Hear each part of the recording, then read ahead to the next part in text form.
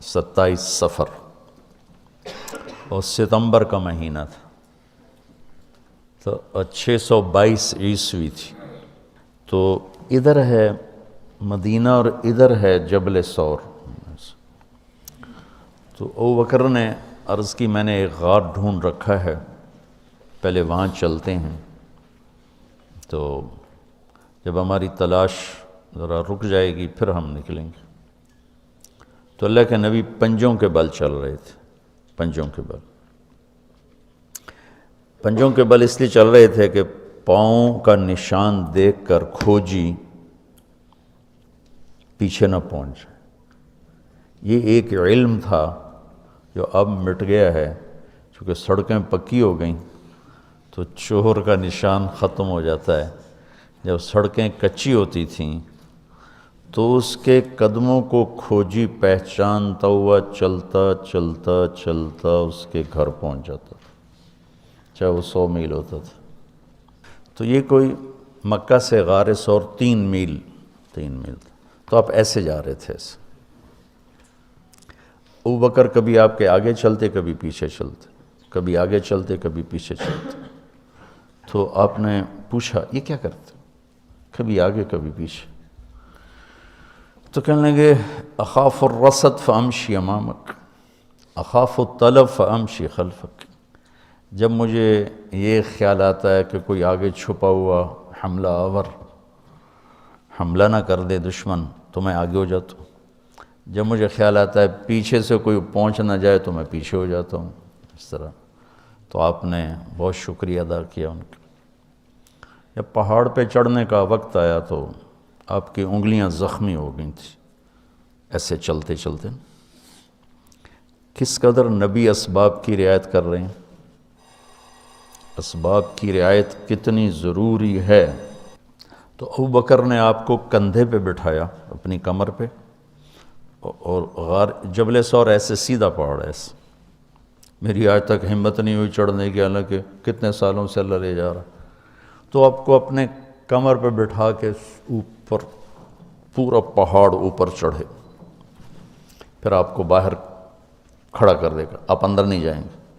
خود اندر گئے، ایسے اس کو ٹٹول ٹٹول کے جتنے سوراخ تھے پتھروں سے بند کر دیے، سوراخ باقی بچ گئے۔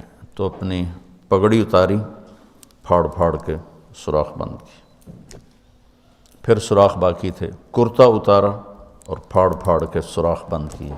ایک باقی رہ گیا جس میں وہ سانپ تھا۔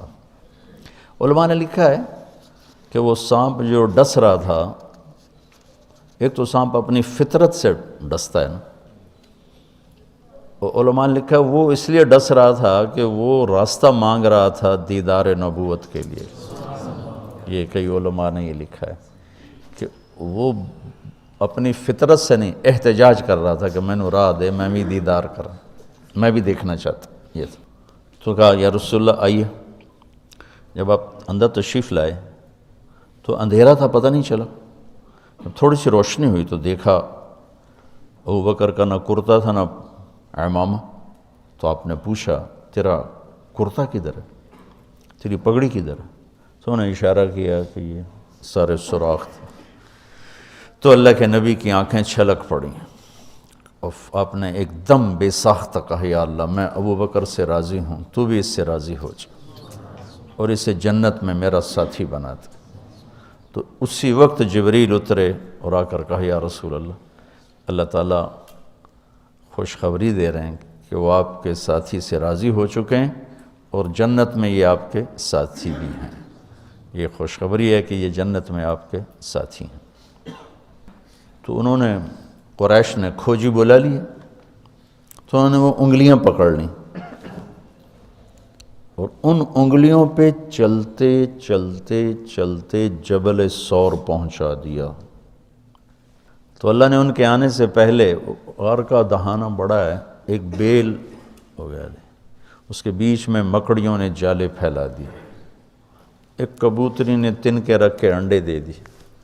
تو ان کے جانے سے پہلے 2 کام ہو چکے تھے۔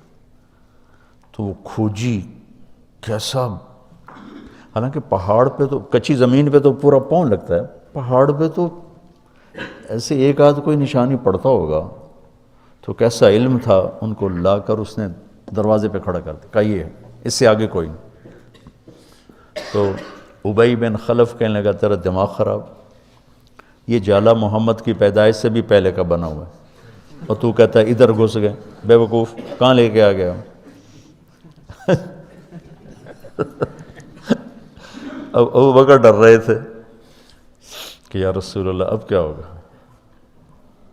تو آپ نے کہا ما ظنک باثنین اللہ ثالثہما، جن کا اللہ ساتھی ہو ان کو کیا پریشانی؟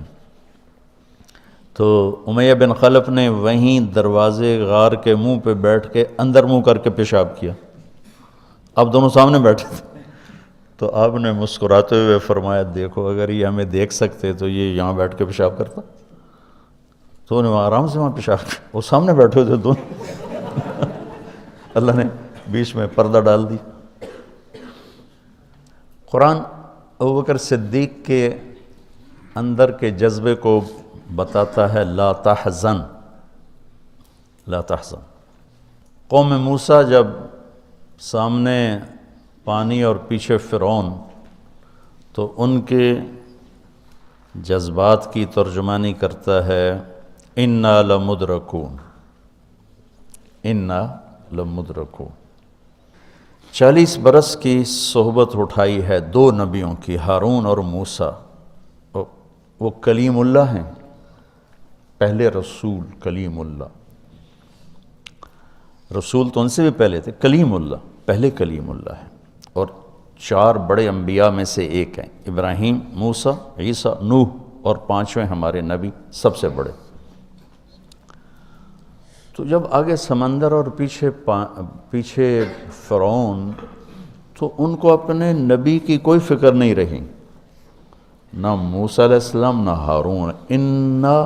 انا میں غور کرو، اور لام پہ غور کرو، ایک انا اور لام، اس کا ترجمہ میں یوں کیا کرتا ہوں کہ کہنے لگے موسیٰ تو نے مروا کے ہی چھوڑا ہمیں، آپ کا کیا بنے گا، اب کیا ہوگا، آپ کی جانوں کو خطرہ ہے، ہم مارے گئے، ہم پکڑے گئے۔ تو آگے موسیٰ علیہ السلام نے اتنی شدت سے کہا کلا۔ کلا کا ترجمہ میں یوں کیا کرتا ہوں کہ ہو تسی اسے لیک کہ یا تسی پانی ڈوب جاؤ یا تو فرعون لتر مارے، لیکن ان معی ربی، میرا رب میرے ساتھ ہے، مجھے بچائے گا تو میری تو فعل تم بھی بچو گے۔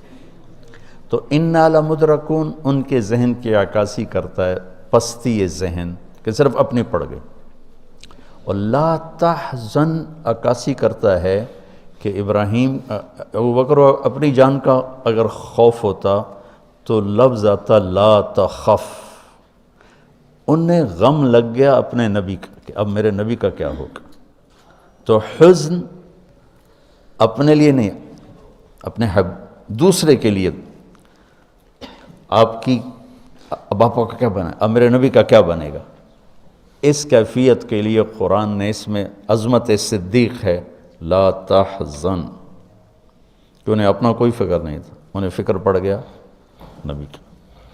تو انہوں نے کہا ان اللہ معنا، اور ان اللہ معنا صدیق کو بھی اپنے ساتھ لے لیا، تیرے میرے دونوں کے ساتھ اللہ ہے، فکر۔ موسیٰ علیہ السلام نے صرف اپنے آپ کو لیا ان کے اس جملے کی وجہ سے، ان معی ربی، میرا رب میرے ساتھ۔